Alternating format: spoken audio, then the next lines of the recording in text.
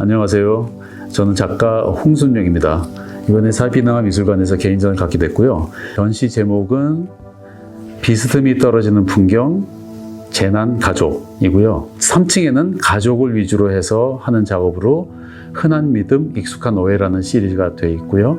그리고 2층은 4층과 함께 재난 시리즈로 전시를 하게 되었습니다. 제가 지금까지 20년 동안 계속 해왔던 사이드스케이프는 그냥 말 그대로 옆 풍경, 비스듬히 떨어지는 풍경, 비켜난 풍경 이런 의미로 작업을 해왔고요. 이번 사이드스케이프에서는 좀 더 범위를 확장해서 인간 위주로 생각하고 있는 모든 것을 벗어난 것들, 인간이 감당할 수 있는 범위를 벗어난 것들, 이런 모든 것에 사이드란 단어를 포함시켜서 사이드스케이프란 단어로 작업을 한 거고요. 그 시리즈의 첫 번째로 이제 재난을 선택을 했어요. 자연에서 벌어지는 많은 일들이 있는데 산들바람, 보슬비, 따뜻한 햇살일 때는 우리가 좋아하는 환경이잖아요. 근데 여기에 만약에 과한 어떤 선을 넘어서는 것들이 돼버리면 이게 그냥 졸지에 태풍, 가뭄, 장마, 폭우 이런 모든 것들을 우리가 재난이라고 표현을 하잖아요. 적정이란 단어 자체가 인간이 만들어낸 어떤 범위인데 그 적정 범위를 벗어난 모든 것들을 사이드스케이프에 내포시켜가지고 작업을 하고 있는 중입니다. 이 그림 같은 경우에는 이게 호주에서 몇 년 전에 왜 크게 불이 났지 않았습니까? 비가 조금만 덜 오면 그것이 가뭄이 돼버리고 습기를 머금고 있어야 되는 숲이 그 습기를 다 뺏기게 되고 그렇게 되면서 이제 불이 나버리는 거죠. 이런 재난 같은 것들이 인재일 수도 있고 자연재해일 수도 있는데 사실은 그건 이제 따지고 보면 두 개가 합쳐져 있을 가능성이 되게 많겠죠. 정말 감당이 되지가 않는, 스스로 꺼지지 않으면 인간이 끌 수가 없는 이런 상황이 돼버릴 정도로 큰 사건이었는데 사실 이게 좀 이상한 게 이렇게 말하면은 그 재난 때문에 고생했던 사람이나 생물체에게 너무나 미안하지만 이 볼 때마다 너무 멋있어요, 이 장면이. 그런 그 고통을 수반하는 미들, 이런 것들을 이제 우리가 순고미라고 하는데 저는 이 사이드스케이프를 하면서 재난 시리즈를 했고 이런 순고미를 발견을 하면서 요즘 굉장히 호기심 같은 게 생겼어요. 재난이라는 것들은 보면 대부분의 경우 굉장히 스펙타클해요.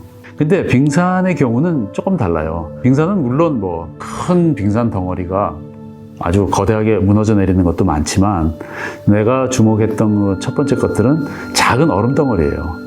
근데 이 얼음 덩어리를 보면서 어떤 생각이 문득 드냐면은 그림을 그리는 이 시간에 얘는 녹아서 사라졌을 거야 라는 생각이 드는 거예요. 그리고 빙산은 대부분 다 물이니까 눈물을 흘리면서 없어지는 듯한 느낌을 받으면서 너무 마음이 애틋한 거 있죠. 거기에서 제가 좀 매력을 느꼈던 것 같아요. 제가 그림을 그리기 시작한 게 40 중반이에요. 그래서 그림을 그릴 때 처음 시작할 때 되게 조건이 많았어요. 이게 작가라면 이래야지. 이런 것들이 되게 많아가지고 이런 작품 저런 작품 어떤 것들을 하고 싶었던 그런 조건들 중에서 사실 예술 작품이 좋은 예술 작품이 되려면 언제나 두 가지 얼굴을 갖고 있어야 된다고 생각을 했었어요. 그 하나는 동시대의 것들에 대해서 놓치지 말아야 된다고 생각을 했고 또 하나의 얼굴은 그럼에도 불구하고 어떤 영원성 같은 것들을 멀리 보는 어떤 형이상학적 목적? 이런 것들이 꼭 있어야 된다라고 생각을 했었어요. 그림을 이제 하나의 화면을 여러 캔버스로 쪼개는 거는 하나의 물건을 그리잖아요. 하나의 사건을 그리거나. 근데 예를 들어가지고 꽃병이 하나 있다고 쳐요. 그러면 그 꽃병을 100조각으로 나누면은 그 하나의 조각은 아무것도 없게 돼요. 그러니까 한 오브제가 가지고 있는 정보라는 게 있는데 꽃병 이러면 꽃을 꼽는다든지 반짝반짝 한다든지 화면이 어떻게 예쁘다든지 그 정보가 그렇게 쪼개지면서 다 사라지게 되는 거죠. 그때는 그 그림은 색채라든지 붓터치라든지 회화적 감각만으로 그릴 수밖에 없게 돼요. 저는 이제 그런 방법으로 두 가지 토끼를 다 잡겠다고 생각을 한 거죠. 근데 이제 그럼에도 불구하고 그렇게 꼭 커야 돼? 라고 이렇게 이야기를 하는 사람이 있는데 커야 돼요. 왜냐면 화면이 너무 작으면 그 회화적 느낌을 만들어낼 수가 없어요. 제가 이제 주로 많이 쓰는 캔버스가 50, 60cm짜리 정도쯤 되는데 적어도 몇십 조각은 돼야 되고 하다 보니 결과적으로 사이즈가 점점 커지는 거예요. 저는 그동안에 작업을 할 때 내 개인적 이야기를 한 적이 없어요. 근데 이번에는 특별하게 이 작업을 했던 이유가 어머니하고 저하고 사이가 그렇게 삐딱삐딱거리면서 하여튼 힘들어요. 이런 것들을 작업으로 한번 풀고 싶었었어요. 일단 첫 번째로 어머니의 앨범에서 찾은 어떤 화면을 제가 선택을 해서 그 어떤 화면을 그려요. 보통은 단색으로 그린 것들이 대부분 다 어머니에 대한 환경이에요. 그 위에 32년부터 85년 사이에 한국에서 벌어졌던 사건들을 찾아서 그 실루엣을 화면에 비춘 다음에 그 실루엣 모양을 그대로 테이프로 붙여요. 그래서 테이프로 붙인 하나의 풍경이 또 만들어져요. 그러고 나면 그 위에다가 다시 내 환경, 나의 어떤 사진이거나 내가 겪었던 사건이거나 내가 어떤 뭐 이런 것들을 그 위에다가 다시 그려요. 그린 다음에 테이프를 떼내는 거죠.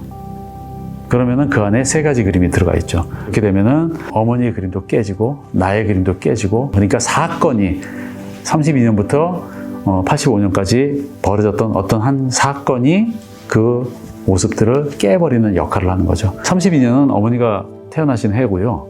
85년은 제가 유럽으로 떠난 해예요. 예를 들어서 지금 이 작품 같은 경우에는 배경이 가족들하고 함께 창경원에 놀러 갔던 사진이에요. 어머니도 옆에 계시고 나도 여기 있고 뭐 이렇게.